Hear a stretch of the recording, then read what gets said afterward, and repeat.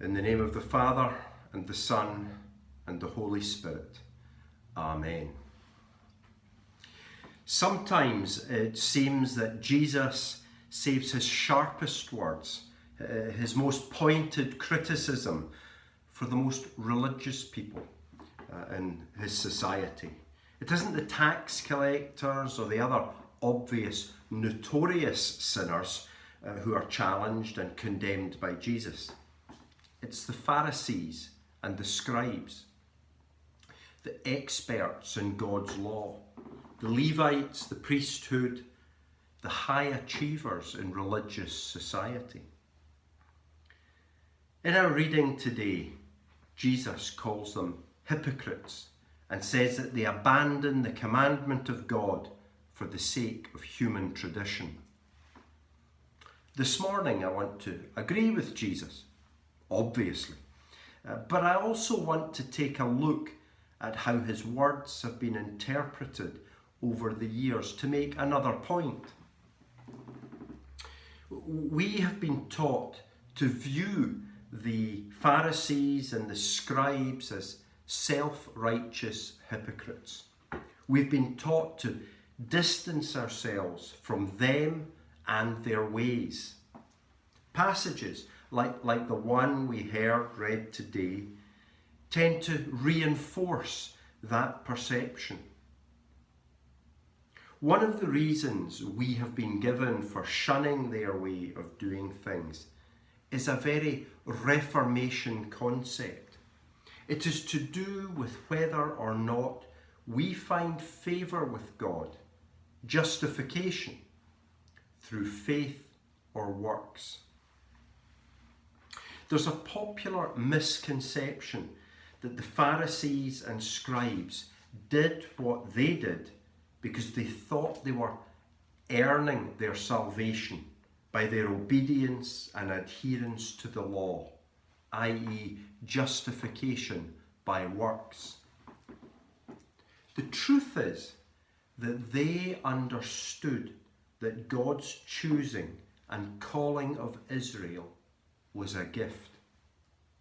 They also understood that God gave them the law as a gift. The law was meant to order their lives as God's people, and it was meant to help them prosper. Their observance of the law was meant to be a witness to the nations that surrounded them. Their adherence to the law was meant to set them apart from other peoples and to give glory to God. I'll be honest, that thinking cuts a lot of ice with me.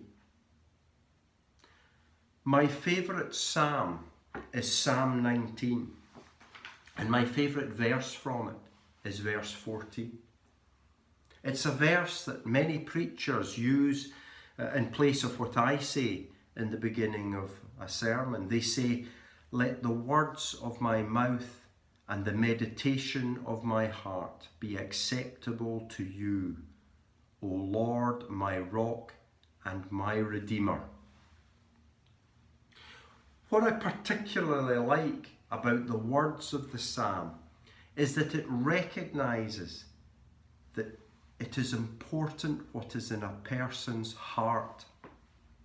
It takes into account intent, good-willed intent or otherwise. It doesn't matter what a person says if their heart is in the wrong place. This is partly why I think the Pharisees and the scribes sometimes get criticised for the wrong thing. They are criticised because people see it as an attempt to gain salvation through works rather than faith. Obviously, this is a big no-no for those of us in the Reformed faith. It becomes easy for us to criticise them for what we think is them emphasising works over faith. The danger with that is it could lead us to think that Jesus' criticism of them doesn't really apply to us in the same way. In fact, Jesus does not criticize either the Pharisees and scribes' faith or their works, their adherence to the rules. Jesus criticizes what is in their hearts. He criticizes their lack of love for others, and he does this by quoting the prophet Isaiah. "This people honors me with their lips, but their hearts are far from me.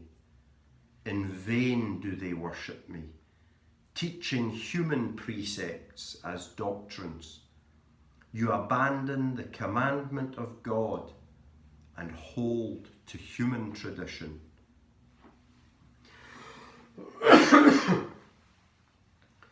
You abandon the commandment of God and hold to human tradition. This brings Jesus' criticism way out of any faith over works debate or argument. This puts his criticism at the foot of every denomination and any person who places a greater importance on a human tradition than the importance of offering God's inclusive love to another human being. As an obvious follow-up, we need to think about what is a human tradition. Let me expand and then share some examples. In Jesus' time, the priests serving in the temple were required to wash their hands before entering the holy place or offering a sacrifice. The Pharisees believed that all Jews should wash their hands before all meals as a way of making mealtime sacred. This was an attempt to bring every aspect of life under the canopy of God's law. It was rules such as this one that became known as the traditions of the elders.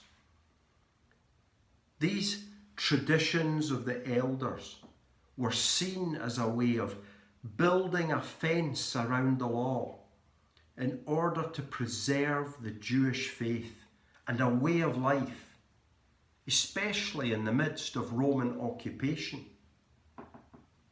The concern of the Pharisees and scribes when they saw Jesus' disciples eating with unwashed hands was about something more serious than proper hygiene. They suspected that the carelessness of Jesus and his disciples with regard to the traditions of the elders threatened to undermine respect for God's law. Now, I don't think there's anything wrong with their concern for the respect of God's law, but as we saw from the start of the Isaiah quote, "This people honors me with their lips, but their hearts are far from me." The problem was that they had become so focused on the externals of faithfulness, the rituals, that they neglected to examine their own hearts. Their efforts to live faithfully by following rules were putting up walls of alienation, and instead of drawing them closer to God and to their neighbours, the rituals they observed created a spiritual hierarchy between the clean and the unclean. Instead of expressing the holiness of God, ritual purity became a means of excluding people considered dirty or contaminated. What then are some of the traditions of the elders that we as a church have held on to? What are some of our traditions that have made us exclusive rather than inclusive. I mentioned that the Pharisees tried to build a fence round the laws of God. Before we should cast scorn on this, it is not so long since we in the Church of Scotland used to fence the Lord's table. Whilst theologically, this theoretically was supposed to protect people from eating and drinking damnation upon themselves, in reality, it was used to exclude people thought to be unworthy. In living memory, elders of the Church of Scotland would visit their districts and pass judgment on their fellow Christians as to whether they were fit to come to the table. In most, if not all churches, this clearly exclusionary practice has now been amended. Many started this dilution by the issuing of communion cards, but only to members.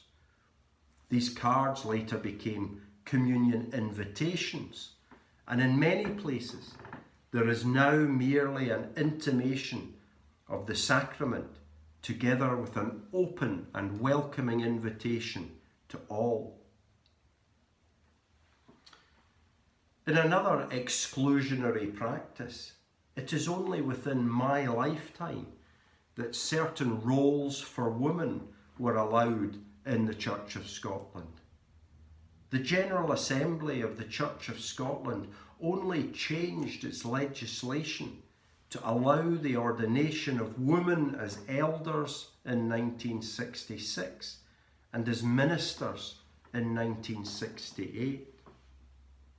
Any pride we might feel at being one of the first national churches to do this should probably be tempered by A, the fact we had to do it at all, B, the ferocity of the debate arguing against the move, and C, the fact that even now it is known that there are some churches of Scotland who have never called a female minister and have never even called a female elder.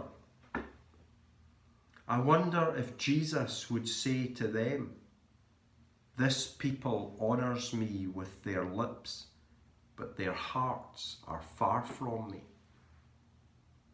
There are many more examples I could give. Surely that doesn't apply to us now.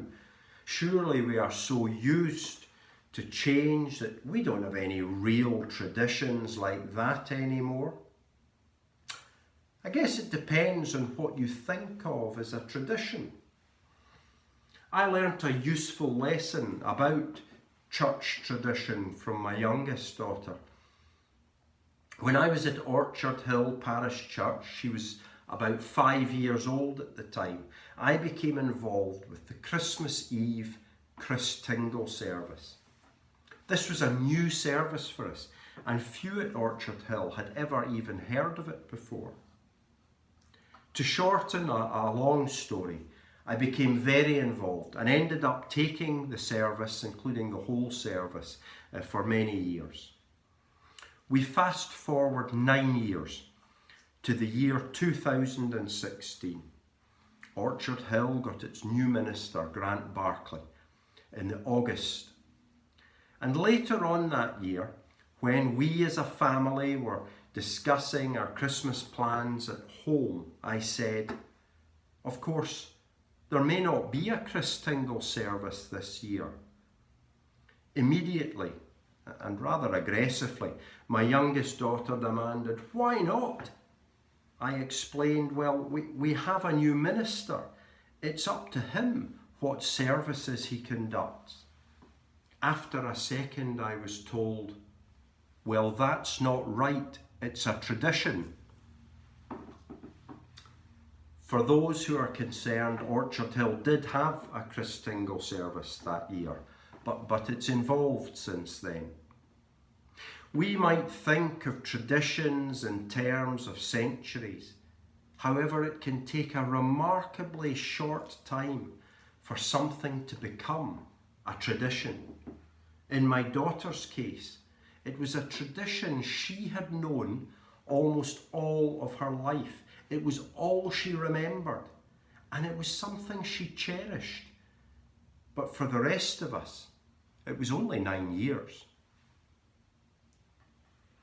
Although we have been taught to distance ourselves from Pharisees and scribes, perhaps we have more in common with them than we thought. We understand, like the Pharisees, that being called by God is a gift. In response to God's grace, we want to live in the ways that God would want us to live. And we try to discern what that means in the concrete circumstances of our daily lives. The problem is that as we are attempting to live faithfully, there is always the temptation to judge those who do not live the same way, to set ourselves above others. Perhaps we are even tempted to believe that somehow we are more deserving of God's love and grace than others. If that is the case, then we have lost the whole point of faithfulness. Jesus tells us to beware when piety gets in the way of fulfilling the heart of the law. Loving God with all our hearts, minds, souls and strength, and loving our neighbours as we love ourselves. He warns us to beware when our piety separates us from others, for then it is also separating us from God. Following Jesus is not about separating ourselves from those considered less holy or unclean. Following Jesus means that, like him, we get our hands dirty serving others, caring especially for those whom the world has cast aside. True faithfulness is not about clean hands, but a heart cleansed and a life shaped by a radical, self-giving love of God through Christ. Our reading today may be heavy on law, but there's a clear gospel message. This text shows us that Jesus sees clearly the ugliness of human hearts, yet he doesn't turn away. He sees right through the picture we paint of ourselves to others, and he knows what lurks in our hearts, yet he loves us still. Jesus shows us what true faithfulness is by daring to touch those considered unclean, by daring to love those who are social people, social outcasts, by loving and serving and giving his life for all people, tax collectors, sinners, lepers and demon-possessed, for scribes, for Pharisees, and yes, even for you and for me. Amen.